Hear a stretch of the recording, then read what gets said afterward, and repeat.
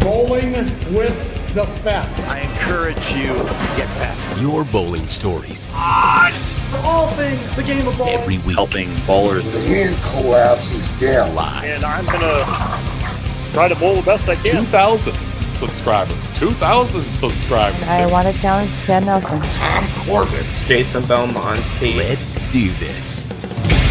This is Bowling with the Fef. Well, good Wednesday evening, everyone, and welcome to another episode of Bowling with the Fef, a platform for you to share your unique bowling story, really at whatever skill level you're at, whether you're just beginning and happen to love this sport, or you're the new PBA Rookie of the Year. That's the distinction that our guest tonight has, and this is his second appearance on the show. Can't wait to get him on. Have a few things I want to get to first before then, so bear with me, please. But we will have our guest, Mr. Purches, on coming up in just a moment. A major story in the bowling industry this week, as Brunswick is planning to go into the business of distributing bowling products for all current brands after it released its plan to buy classic products about 6 months from now. In a release dated on Monday, Brunswick has said that the plan includes taking over Classic's 4 warehouses. One of them is in Fort Wayne, Indiana, one in Largo, Florida, in Garland, Texas, and the 4th in Henderson, Nevada. 3 of Classic's current owners will remain in their leadership positions and will run Brunswick's new Classic Bowling Products division. Brunswick CEO Corey Dykstra said in the release that, quote, "We look forward to driving continuous improvement and enhanced efficiency for the bowling industry while continuing the tradition of providing outstanding support for the bowling centers, pro shops, and retailers across the United States." Pretty interesting stuff to me. I can't say I've heard of a bowling ball brand taking over a distributor. So we will see how that works out as we go over the course of the next 6 months. Well, a great event over in Minnesota's Twin Cities, where high school bowlers now have a better feel for a possible transition to competing at the college level. The Midwest Collegiate Experience and Expo was held at the Mermaid on Sunday in Mounds View, Minnesota. The bowlers that showed up, high school players, competed in a tournament, while parents and coaches learned about having their ducks in a row before the young ladies can compete at the NCAA level. Then the families got some FaceTime with coaches from programs across the country. A bunch of them showed up, including Del Warren right there from Weber International University, some regional schools as well. And be sure to watch the channel for more content coming soon from the Midwest Collegiate Experience and Expo. Had a chance to interview some folks and take in a seminar there. A big thank you to Terry Howe, the director of USBA, and IPSIA for allowing me to come and take in some of that event. It's good stuff for sure. Let's give some credit to our sponsors, because credit is definitely due there. Jerry's Score More Bowling Supply, the official pro shop of Bowling with the Fef, inside Wagner's Lanes in Eau Claire, Wisconsin, 715-559-1822. He's got all the bowling products, instruction, and all that other good stuff related to the sport of bowling that you need or that you can think of. He's been doing it since 1988, and he's been doing a bang-up job of it in all that time. Also, our salsa sponsor.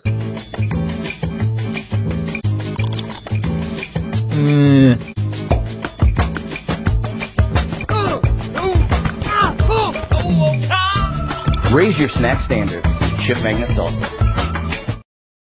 Yeah, baby, Chip Magnet Salsa. It is great stuff. Just had some tonight, as a matter of fact, and that was a good meal when you combine Chip Magnet with your favorite tortilla chips or taco or burrito, anything like that. To get Chip Magnet, you can go online, chipmagnetsalsa.com, or if you're in Fond du Lac, Wisconsin, you can get Chip Magnet at Festival Foods, Target, Pick and Save stores, or the Eden Meat Market. And if you're shopping online, Use this promo code at checkout, BWTF2024. If you spend $30 or more in Chip Magnet Salsa, they'll give you 25% off of your purchase, and there is no limit on that offer. Chip Magnet, raise your snack standards, and a big fat thank you to the fine folks at Chip Magnet for supporting Bowling with the Fef. Good to see Rocky Harrison in our chat tonight. He had posted on social that he'd be watching live, so glad to see you back here. If you're like Rocky and are on Team Live tonight, be sure to utilize that live chat. And if you are watching on replay, leave a comment, questions, comments, concerns, anything. I see them all, and I will respond to you just as soon as I can. Well, our guest tonight is just on a heater. There's really no other way to put it.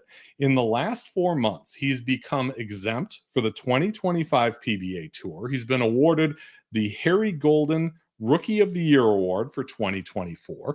And this past weekend, he ran the bracket in the PBA Regional Players Invitational all the way to the title match. Ended up as the runner-up to Manny Farrell of Utah. Nate Purches is now living in Fond du Lac, Wisconsin, by way of his hometown, Marlborough, Massachusetts. And he is joining us live in an episode that we are calling ROY24 for good reason. Nate, welcome back to Bowling with the Fef.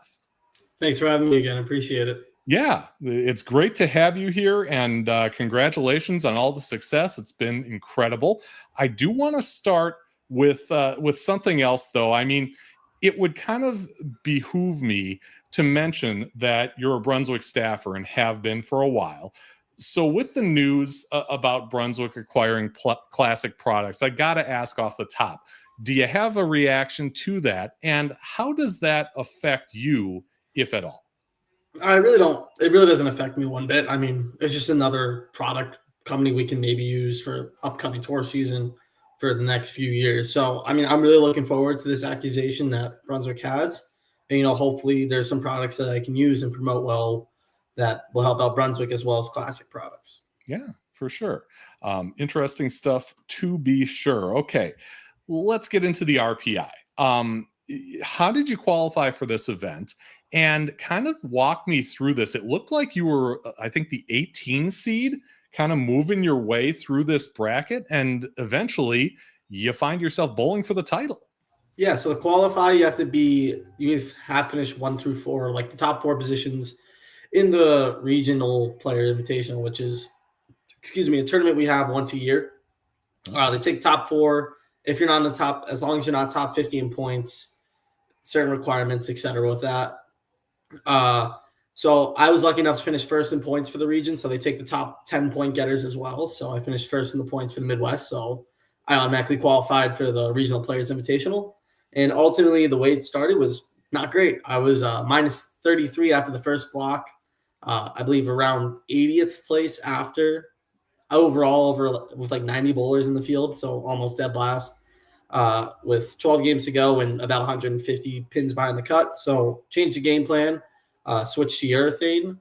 Thane looked really good for 3 games, both blocks. Got to 200 over and 160 over in both blocks to get myself in the match play to be the 18th seed, and ultimately just ran the bracket from there. Had a reverse sweep against Zach Weidman.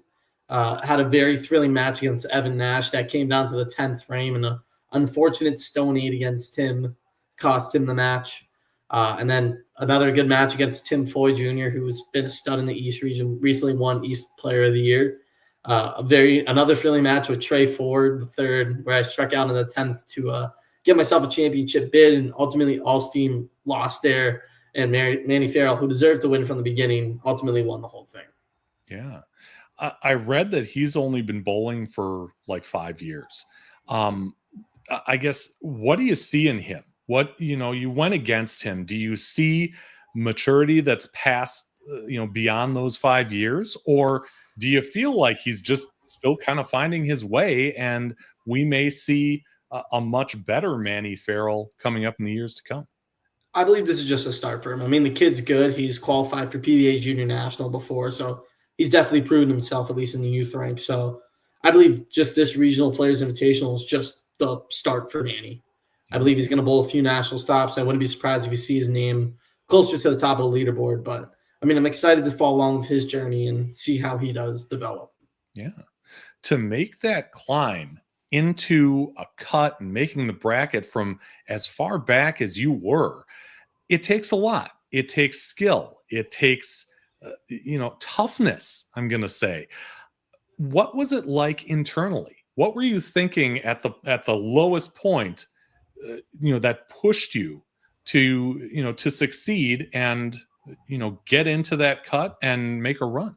I mean, my biggest worry at the time was, will I get my paper done? It was the last day of classes, so I was more worried about that after the first block. But ultimately, it was kind of the best thing to happen. I mean, I was more focused on my paper and just kind of mentally reset myself after that first block. I went to my place, went to the hotel room, relaxed, typed up my paper, and then thought to myself for 5 minutes, what can I do better on the second block that I didn't do in the first? So, I mean, I threw Thane a little bit in the practice session, and it worked mediocrely for me. So I was like, go big or go home, through Thane, and ultimately got off to a hot start and just stuck with it. So I blame it on my paper. So okay. Thanks, Professor. Yeah, I was going to say, give that professor some props as you're thanking people, after that great performance. Rocky says, of course, have to be on tonight. He says, Rookie of the Year, Nate P. on tonight, of course. Sam says, tuning in from South Point in Las Vegas. Congratulations to Nate for all of his hard work and accomplishments.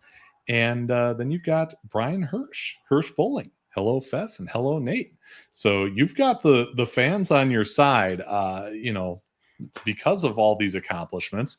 What's it been like to just kind of sit here, having this stuff kind of had a chance to marinate and figure out what it all means and all that, and the congratulations from folks, I'm guessing, all across the country. What's it like to be Nate Purches right now? It's still pretty surreal. I mean, you're basically living every little kid's dream. I mean, as much as it wants to be a player of the year, but a rookie of the year is a great way to start. So, I mean, right now I'm just living my dream and just happy that I can take it one day at a time. And honestly, all this publicity is great. A little bit overwhelming at sometimes, but it's still pretty cool to see people that I don't really talk to as much congratulate me. People that I went to school with in the past congratulate me. My university congratulate me and all that fun stuff. It's been a pretty cool journey, and I'm just excited to have you guys all along with it. Yeah, for sure. Connor Brown, who's appeared on the show before, says good evening to the both of you. Congratulations, Nate, on being Rookie of the Year. The RPI is the last event of the season on the regional tour side. Crummy timing, if you want to look at it that way, but you've got plenty to prepare for, right? The 2025 PBA Tour is coming up pretty soon here. How do you get ready? What are you doing right now? I know you've got school stuff too, but to get ready to jump out on the national tour as an exempt player. Well, right now school's done, so I'm glad with that. I got one more semester left, and that's going to be all online. Okay. But right now it's just making sure. This week I really focused on hand placement, trying different places with my hand. I'm not trying to bowl as much right now after coming off a very long week, bowling 36 games in 4 days. So right now I'm trying to let myself rest. I had a nice little practice session today. But I know next week I'll be back in Mass. I'll be working at Andrew Hall's practice facility. We'll be doing a lot of different stuff there. Me and Andrew are probably going to work on some stuff, getting ready for the national tour and, seeing what different layouts, what different balls might work well, and what we can really see and develop myself and my game to give myself the best chance to win a national title at the end of the day. Yeah, for sure. When you're at school, where do you practice? Ledgeview Lanes. Okay. All right. Ledgeview Lanes. I'm familiar. Won a junior title back there in the Stone Age at Ledgeview Lanes. And so that place always has a significant place in my heart. We got to get into the Rookie of the Year stuff. How'd you find out that you were going to receive it? I'm guessing it wasn't online last Thursday Wednesday rather, when the rest of us found out. No, actually, I got a call the Monday before. I was in the middle of class, actually. It's a funny story. I got a call from Tom, and I'm sitting right next to his son Rory, and he's like, "You should probably go answer that call." So I get up out of class, go answer the call, and I'm thinking third things first. I'm like, "What did I do this time?" But ultimately, it was a call saying, "Hey, congratulations! You've joined an elite list of bowlers with the Rookie of the Year." Ultimately, I just couldn't stop smiling that whole day. Called my dad right after that class was done to let him know. And we had a good time that night, at least me and myself and I. But it was just pretty surreal to have that moment, and it was pretty weird to have it happen at school. But say it did happen is more than enough. Yeah. I don't know if you have the answer to this, but and maybe he said one way or the other, has a college player ever won Rookie of the Year before? No, because if you do bowl collegiate, you cannot bowl in the PBA. So I don't bowl collegiately, actually. Right. I just still go to school.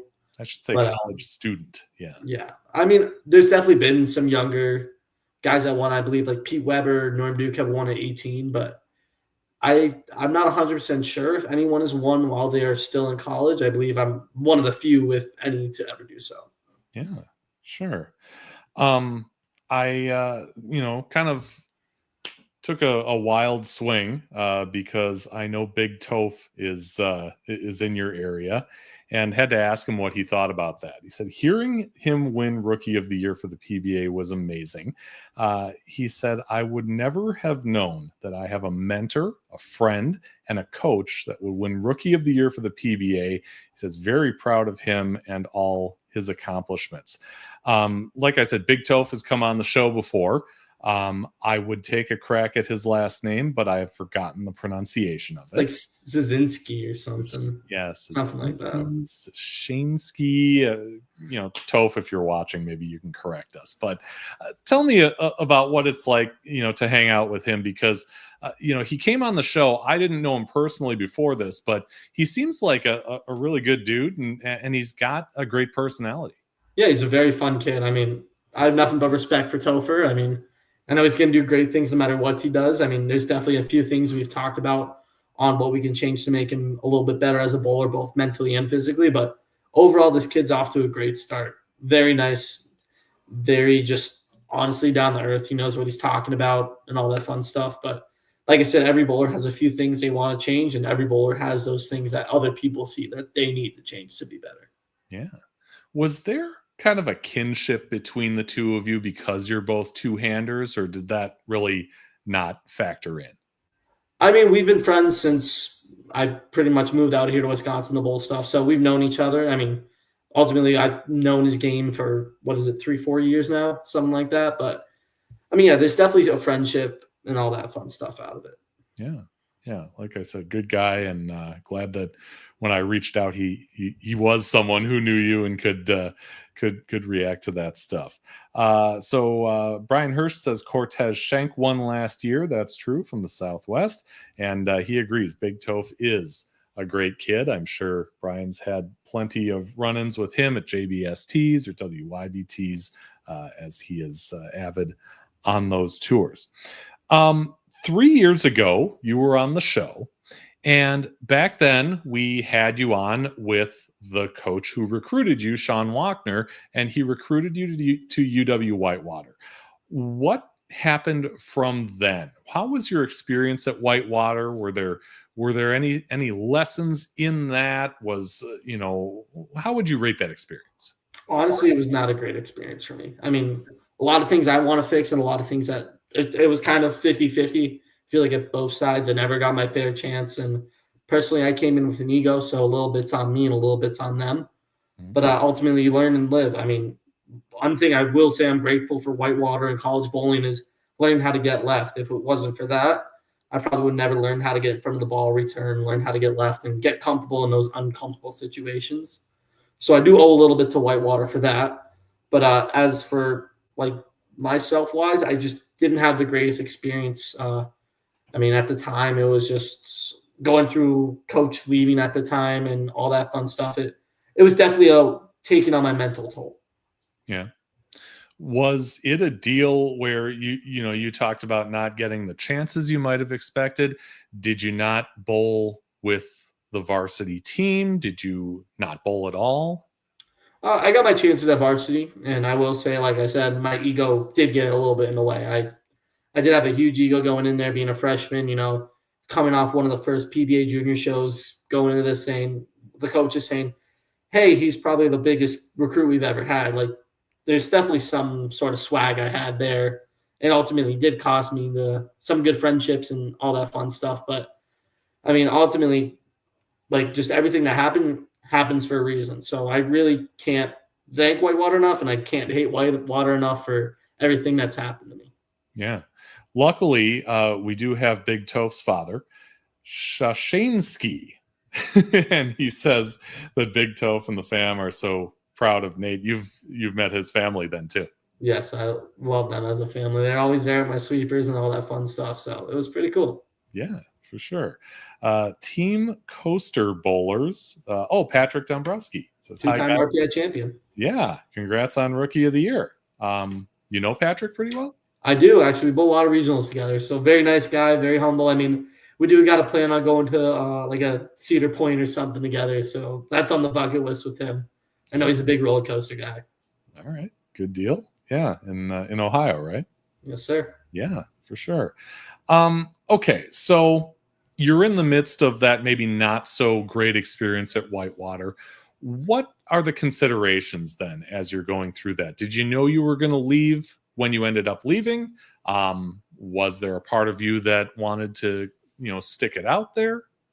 There was a lot. I mean, after I did quit, I quit in October of 22. I gave it a few tournaments and it just didn't stick. So I had multiple choices. And the first one that came to mind was bowl regionals. So got my PBA card, bowled the regionals that 23 season. And when the summer came along, I was fully committed on coming back to Whitewater. I was focused on, hey, let's try and do some stuff. I mean, try and get myself back out there. And it ultimately took me to the last week, maybe the last few days. I made a last-minute decision to transfer up to Marion. I was a week behind in classes up there, but ultimately got my grades up. And I think that for the first time ever, I made Dean's List. So it was pretty cool. Wow, that's great. And why Marion? Honestly, I like the small campus vibes. I mean, you can walk from class to class, still from building to building. And, I had friends there I already knew. And ultimately, I made some new great friends with the people I lived at the time. So it was honestly a very great experience. I met some great guys, people I still room with nowadays. And it's very fun, very honestly all over the place now that I'm doing some other sports more than just bowling. Yeah. Okay, so Patrick says, let's go. So I think that you do have a trip to Cedar Point in your future. Gary Bryant says, Nate, congratulations. That's somebody you know?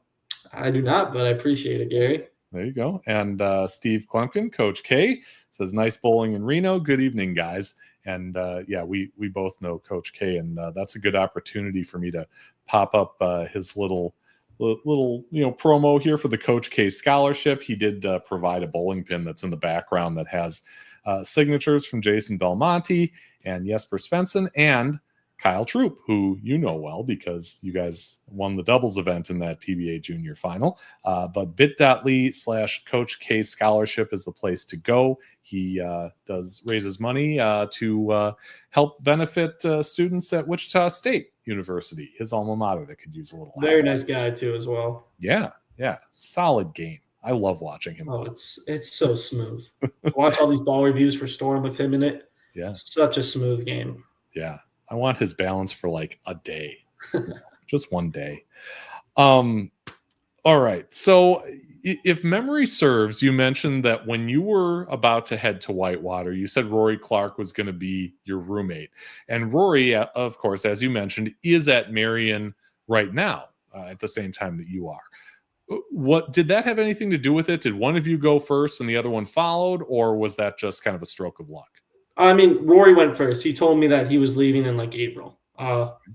We both have talked about it. I told him my heart was still set in Whitewater and all that fun stuff. So, like I said, I didn't make the switch to Marion until last minute, and it was not for him. It was to more further my academic career as well as, give myself a new sort of perspective on campus and maybe a school where I actually could enjoy myself. Yeah. And you talked about the small campus part of it. Is Marion that much smaller than Whitewater? It's actually a lot smaller than Whitewater. I mean, we probably have a graduating class of 350, 400. So it's pretty cool. I mean, everyone knows everyone. If you're on one of the teams, you know everyone. So honestly, I'm part of the hockey team now, so I know everyone. So it's still pretty cool. Okay. And is that something you've been doing since youth and high school and all that? I've skated. I've ref for about 6 years, but I honestly been playing hockey since my whole life. But honestly, I skated with the guys and we all had a blast. So I got to give a shout out to my Acha D3 team. Those guys back there, they've all been supporting me throughout this journey. And ever since I won Rookie of the Year, I mean, those guys all commented on that post and all that fun stuff. So they've really shown me what a team atmosphere looks like. So I owe a lot to them. I feel like a lot of people have come on this show and said the other sport that they're into is either golf or bowling. And I've always asked them about similarities between the two. Are there any aspects of the other sport that translate to bowling? And I can't recall many hockey players that have come on, but I'm going to ask you the same thing. Are there any aspects of hockey that translate or, complement, themselves in bowling?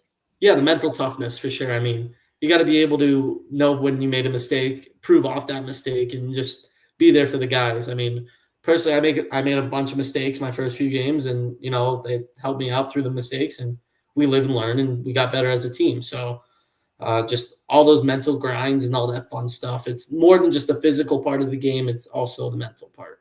Yeah, because if you talk to people who haven't really gotten intimate with hockey, they'd probably think of the fights first and foremost, but there's a lot more to it than that, isn't there? Yeah, there's a lot more play designs and all that fun stuff. Yeah. If you're in the wrong spot, you're usually going to let someone in the slot, give them a free shot on net. So it's more than just the fights and all the goals and all the fun moves that you see. It's about being in the right position, being in the right spot, and just having that right mental toughness for when the things go get tough. Yeah, for sure. Okay, so you start bowling the regionals. You're a student at Marion and you're doing regionals. Did you just start doing them one after another, or did you do the first one and, was there any kind of a break in there? So my first regional, like I said, was come back and from the East when I was 18. But as for the 23 season, honestly, we are fully devoted to Rookie of the Year. Me and my dad were just focused like, hey, let's get this Midwest Rookie of the Year. Let's bowl all the stops we can, all that fun stuff. But I won a title really early, actually, in May. I think I won the second tournament, and it was like a Central Midwest, so I got a bunch of points. And ultimately, we had I had a big 1,000-point lead over second. So in the back of my head, I'm thinking, oh, might as well go for Player of the Year while I'm at it. Bowled every stop, and ultimately won the region over Brady Stearns by 5,000 points. Wow. And Brady is no slouch. I've been around him for quite a bit doing live streams and that kind of thing. So yeah, he's a good bowler. Yeah, you beat out a heck of a competitor there.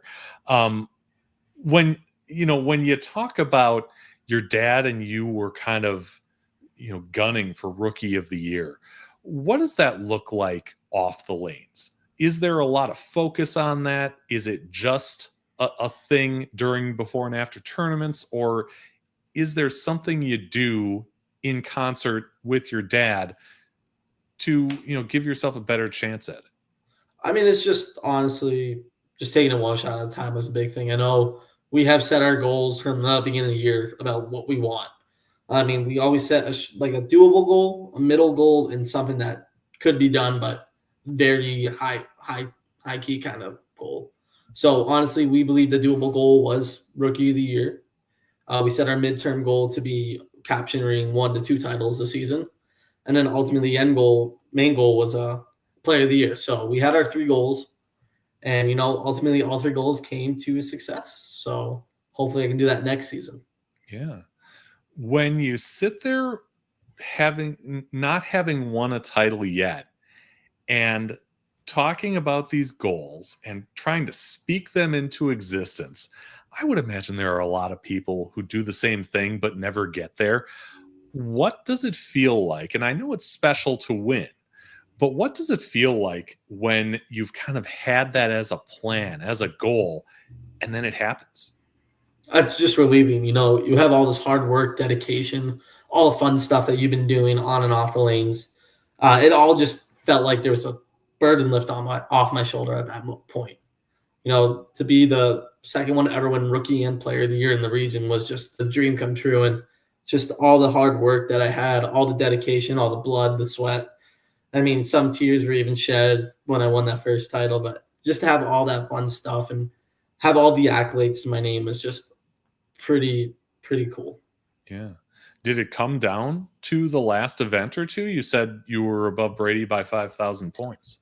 It was pretty much wrapped up before the last two events. I mean, we still bowled the last two events to just make sure no one was going to have those last two titles without a fight. So, yeah. Rocky says he hears you. He is a product of SHAW. Is that the hockey thing?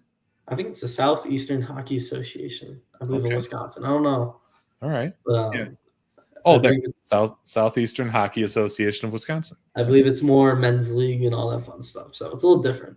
Cool. All right. When you get those accolades, Rookie of the Year, Player of the Year, it's a good feeling. But does a great year on the regional tour translate to success on the national tour? Is that something that you thought about, or was it a foregone conclusion? The next step is the national tour. I mean, the next step was definitely a national tour. I mean, you have a really successful regional tour. I mean, your name's starting to get more and more out there. So you feel like you become a threat. But ultimately, I got humbled in my first few PBA national PTQs. I bowled the Players, and I finished close to the bottom. I bowled Illinois, finished close to the bottom. I bowled Anderson, pretty much close to the bottom. So, I mean, there's definitely some humbling points, but I really broke out at the Masters. I qualified 8th for the bracket. So, and ultimately just everything started to click from there. Okay. Tell me about the feeling when you're forced to bowl these PTQs, the rabbit squad for what older players called it. But they're pre-tournament qualifiers. They're 8 games long before you even break into the main field. And if you're not getting close, that's got to weigh on you up here. It does. I mean, you bowl 8 games just to make a donation to the prize fund and drive all the way back to where you're bowling. So it is more a mental grind than anything else. I mean, you have to bowl even 8 to 10 games, get into the field, and then you're bowling against the best bowlers in the world all of a sudden. It's a lot. I mean, it's a lot of games, a lot of fingers ripping, a lot of thumbs ripping, at least for the one-handers, and a lot of mental toll on some of these guys. And, a lot of these guys are trying to make a living out here, which is honestly really hard to do. So it's a lot more mentally and physically than you think. Is there anything you can point to that was really the difference between the version of you that was not succeeding in these PTQs and the one who had the breakthrough at the Masters at Suncoast? Honestly, it was just being more relaxed. I mean, like we said, we had the goal of winning Rookie of the Year this year, which was the long-term goal. But honestly, I had that too much in my head, and watching Keplinger have a really good start to the season with the U.S. Open PTQ as well as getting the Illinois Classic.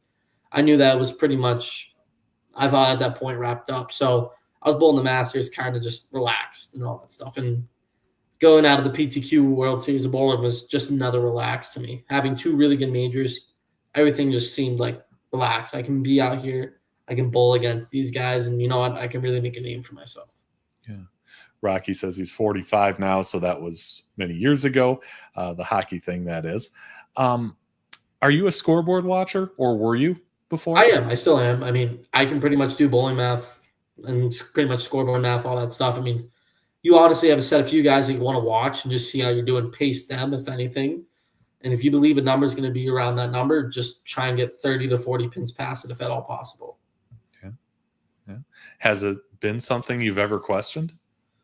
Yes. I mean, there's been times I've questioned really scoreboard watching, especially watching those guys around the bubble do well in that game. But, I mean, it's honestly a risk you got to take. So if you really want to see what other people are doing, you got to watch the scoreboards. But if you really want to focus on yourself and say, hey, 220 might be enough, focus on yourself and say, shoot that 220. Yeah.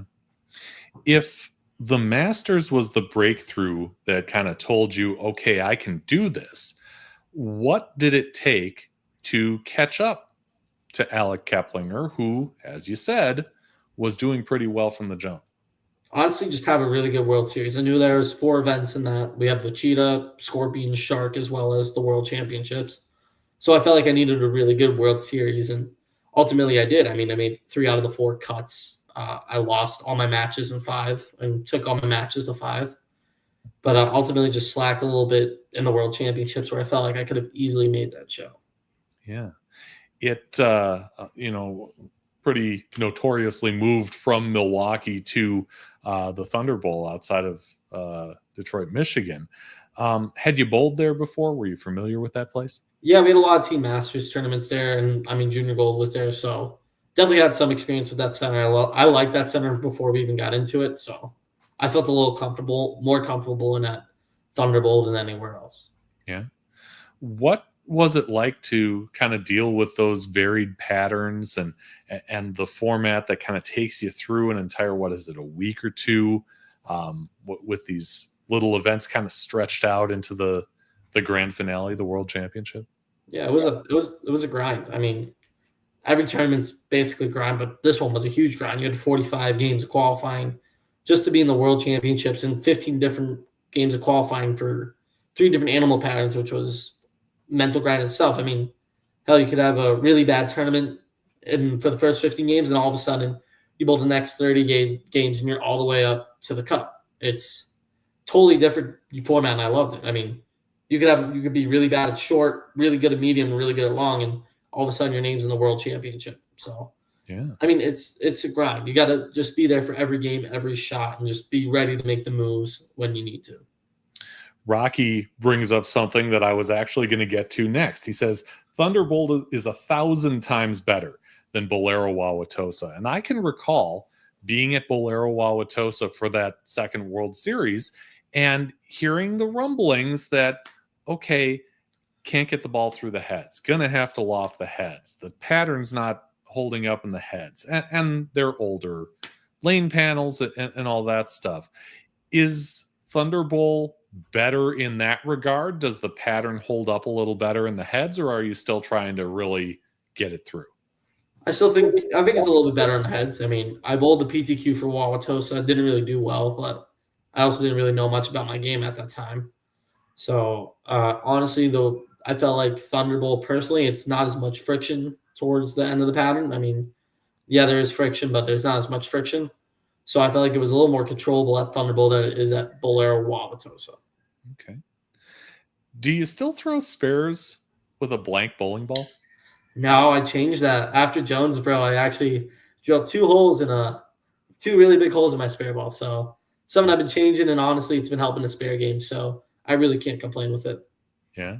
Was there kind of a breaking point on that where you made that decision to put? Yeah, after Jonesboro, I missed, I want to say 10 to 12 easy makeables, and I'm like, you know what, something's got to change.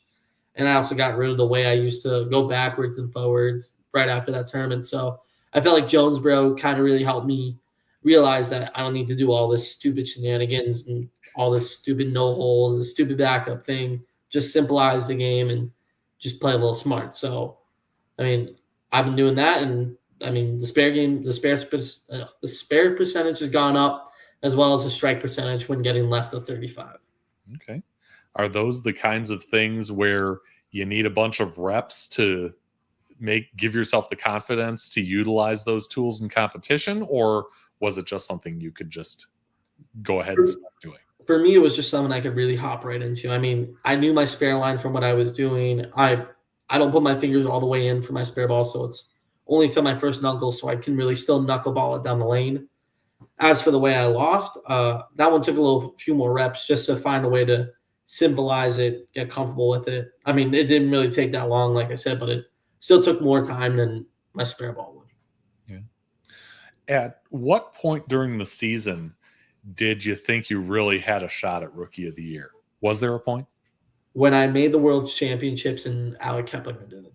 Okay. I felt like I could really make a splash and, maybe get my name out there, get my name in the conversation if I finish top 12, top 10 or whatever. So were you hearing stuff from other folks that kind of reinforced that point? No, I was really just focused on myself at that point. I mean, yeah, you hear the chatter in the back, but you're there to bowl, you're there to win. So, I mean, at that point, I was just focused on myself and what I can do to throw 10 quality shots against this person, and how can I at least get them by 10 pins. Yeah. When you're out on tour, do you have a roommate who's another player or a traveling partner or anything like that? I do not right now. I mean, I didn't have one last season because the way school tore, it was all up in the air. But now that I'm exempt, I'm definitely looking for some roommates. I think I'm in the works with Christian Ascona and Tommy McNeil right now. But I mean, who knows what's going to happen? But yeah, I heard it's a lot easier to have a roommate on tour than it is to go by yourself. Yeah, probably just on the cost savings alone, I would think. Oh, yeah. So you finish off the season, and it's a season that still had the PBA League, which, as we all know, is not in this next season or in the same form. Are you still, and forgive my ignorance, but were you in that or at Bayside for those events? No, I really wish I was. I always enjoyed being there, but I was actually at school. Okay. Watching it from a distance. Yeah. Okay. So in the end, it's like kind of anticlimactic, right? You're not there for the last events of the season, and then it's the wait. How do you spend those months waiting to see, whether it's you or Alec? Just practice. I mean, you just got to get ready for next season. At that time, I believe Tour Trials was passed. So right now I was just all thinking about 2025 season, how I can really improve and get ready to get my feet wet and, stay exempt for next season. Sure. Great point. Rocky says Christian Ascona is a great guy, good buddy of his, and a tremendous player too. Yeah, he'll be my doubles partner for the Roth Holman doubles this year. Okay. And Sam says Bayside is definitely a vibe. One of a kind. One of a kind. There's no place else. There's no other bowling alley like it. Yeah, she would know. She got to spend some quality time out there with Trey. Okay, so the Tour Trials, you brought them up. It was, I think, the first time in a while maybe that they had this, or at least in this format. We're talking 48 games, 12 in each of 4 different centers, total pinfall. I mean, you talk about grinds. That sounds like the grind of all grinds. What was the mentality going into that that behemoth? The mentality was to be the best bowler in every building. If you finish top in every building, you're going to make Tour Trials. But honestly, really just taking it one shot at a time as well. I mean, you want to be the best bowler in every building, but at the same time, you got to take it one shot at a time. Everyone's going to have a split. Everyone's going to have a bad break. Everyone's going to have a bad game. With 48 games, anything can happen. So taking it one game, one shot, one frame at a time, it was just that mindset that, just focus on yourself. Everyone's going to blink. Yeah. Are you familiar with any of those houses, or was this a first time thing for you to go to those places? Mount Prospect, I think we had the LBC at or whatever. That was the only building I was really familiarized with. But, I mean, I drove past those alleys a handful of times while in tournaments in Illinois, but never really stepped foot in them. Okay. So take us through. What's it like to go through that, and how did you succeed in that event? I mean, you get the 4 patterns, you get to see them. So, honestly, we studied the 4 patterns and thought of different ways we can really, attack the patterns. Think of 2 different ways we can really tag it. A line, B line, try and throw those in practice, see what they do. But that's the goal. I mean, just find pocket, control it, and get the strikes when you can. Yeah. What was your experience like in each place? Was there one that you felt really comfortable in? Did you feel comfortable in all of them? I mean, you finished 4th, and that's. I mean, I did feel comfortable in every building. I mean, I knew my name was out there. But honestly, the short pattern and the really long pattern, I really felt comfortable in. The short pattern, I'm really good at playing together. So honestly, getting close to the gutter, getting comfortable up the 5 board, it was really comfortable for me. As for the long one, I mean, I found it early. A lot of people didn't, and I didn't let the nerves get to me on those final 12 games. Came out with the hot start with 230, 300, and pretty much just kept on sailing from there. So just getting off to the hot start, staying comfortable, and just getting comfortable to transitions really gets you far in this tournament. Okay. Did you cross with the same guys throughout the whole thing, or were there different players on your pair in each center? First 3 days were the same guys. After that, it was position round. So the last 2 blocks, you were 1, 2, 3, 4, 5, 6, 7, 8, 9, 10, all the way down to, I believe, 90 or whatever the number was. All right. And to have a finish in fourth, you must have been well within the number going into the last game or two, right? Yeah, actually, I only need 60 pins in game 48 to officially qualify. I mean, that's if everyone shot 300. So, Sure. I mean, you got those 60 pins, and it all started to become a reality at that point. You know, you're exempt. You have every entry fee paid for. And at the time, you could have got drafted for the PBA League. So I thought that was more important than anything else. I mean, to have your chance to be on a PBA League team would be pretty cool. Yeah. Yeah. What does it feel like? I mean, that's 4 different tournaments, kind of. I mean, they'll say it's one, it's the tour trials, but to be in 4 different buildings on 4 different patterns, you've really gone through hell and back, right? Yeah, you go through hell. That's all tour trials is. It's hell. I mean, you get down to that, like I said, the final game, you see a lot of dreams crushed. A lot of guys are heartbroken. One of my buddies from Sweden flew all the way out here to get himself a chance at tour trials, bowled till 48, and ultimately finished 12 pins short, 2 places short.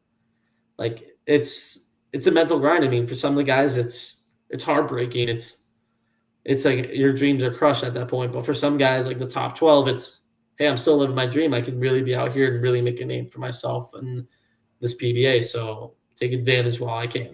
Yeah. Brian says yes. We hosted the LBC at Mount Prospect. So yeah, you were right on that one. When you talk about logistically, you know, getting out there on tour in 2025, you mentioned that this next semester is your last at school. Does that create a roadblock or anything to attending any of these events, especially earlier on in the season? No, actually, I've talked to my advisor. We figured out a plan to get myself graduated in the right amount of time I need to be in the 4 years I was at school. So, I mean, we're doing it all online, like I said, and just get ready for graduation after these 5 classes. It'll be fun. Okay. And what degree will you graduate with? I'll be graduating for a bachelor's in marketing. Cool. All right. Good deal. Okay, so Rocky says, Hirsch Bowling, I'll see you in June. Oh, he'll be there with Team Creating the Difference. Good stuff there. You run some sweepers at Ledgeview, if I'm not mistaken. You still doing that? I did stop around November. I mean, I was not getting as much interest as I did. So I basically said, all right, if I'm not getting enough people, what's the point in hosting this? I'm trying to get back. I'd rather enjoy my Sunday nights watching Sunday Night Football and, you know, hanging out with some of the guys. Yeah. What's it like to run tournaments? And is that something you could see maybe somewhere down the line being a tournament director of bigger events? That's the plan. I mean, I've been running like little Wii Sports, little bowling tournaments in my basement since I was like 7, 8 years old. I had a little Excel spreadsheet that a random number between 100, 300. So I could definitely see myself being a tournament director. And I run brackets in leagues, run eliminators in a different league. It's so much fun. I mean, I just love giving back to bowling and just having people to get a chance to understand like a sports shot. And honestly, I had a few guys stay after and honestly wanted my help after bowling. So to give back to those guys, to give the people that want to learn, to want to get better, a chance to learn bowling, it's pretty cool. Yeah. Gotta ask. I mean, you know, in the wrong situation, a tournament director can be on the receiving end of some stuff, right? I mean, has anybody had a big fry out and come at you for, you know, what they perceive as, you know, wrongdoing? Yeah, so we've had an issue with I bowl my own sweepers every once in a while because due to lack of numbers. And what I usually do is give out an extra cash spot and I'll still pay my full entry. So people have complained about me bowling in it, but usually after a nice little conversation and all that fun stuff, everything's blown, everything's all set, and we explain our sides of the story and we go from there. I also give myself the biggest disadvantage I can. It was a handicap sweeper, so I always gave myself 0 pins. Gave myself, honestly, not as much time in practice as I should. They start practice before I even have a chance to grab my balls. So I give myself the biggest disadvantage I can while still paying a full entry fee and giving people a chance to even earn money. Yeah. Okay. You know, one of the other things that Big Toph said is that you're a very amazing guy, loves helping people with the sport of bowling, and supports anyone that is in or out of the sport.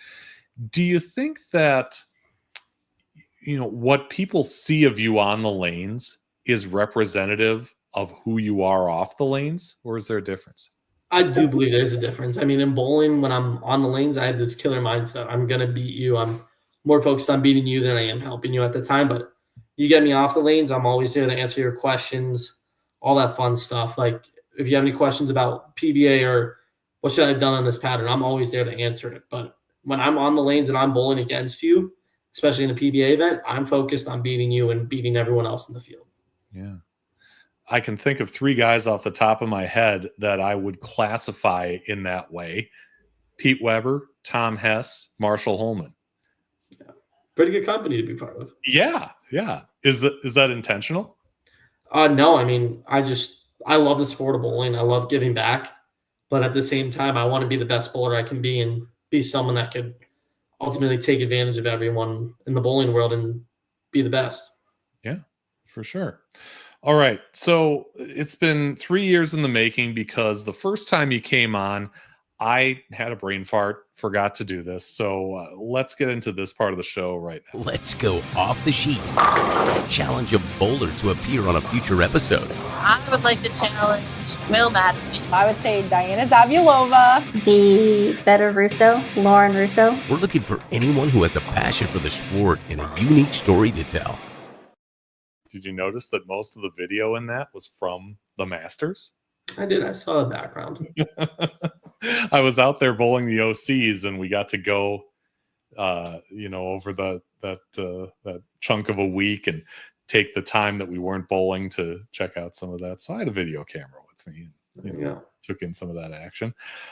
Okay, so off the sheet, you've seen and heard the parameters. So Nate Purches, who would you like to challenge to be a guest on a future episode of Bowling with the Fat? Honestly, this guy does a lot for bowling, especially the youth bowling down in Kenosha. I'm glad to really call him one of my friends out here. So I'm going to give it to Brian Hirsch. That's who I would like to nominate for the next show.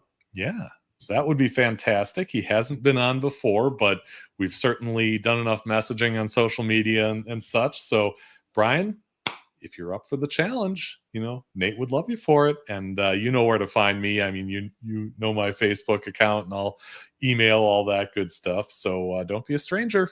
Take Nate up on this challenge. He would be a good addition to your show, especially with the amount of bowling knowledge he's got. Yeah, for sure. And he could talk about his son, which there's nothing more fun than that, right?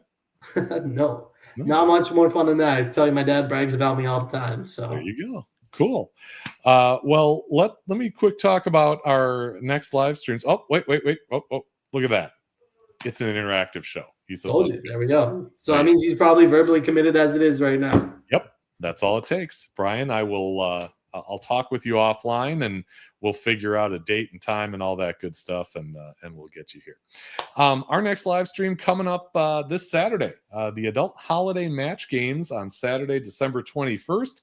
That is in Rochester, Minnesota, part of the 2024 Med City Holiday Weekend. You'll see live coverage all day as we crown a champion, the next champion, in the 2024-25 10K Larson Siding, Windows, and Roofing Quintuple Crown.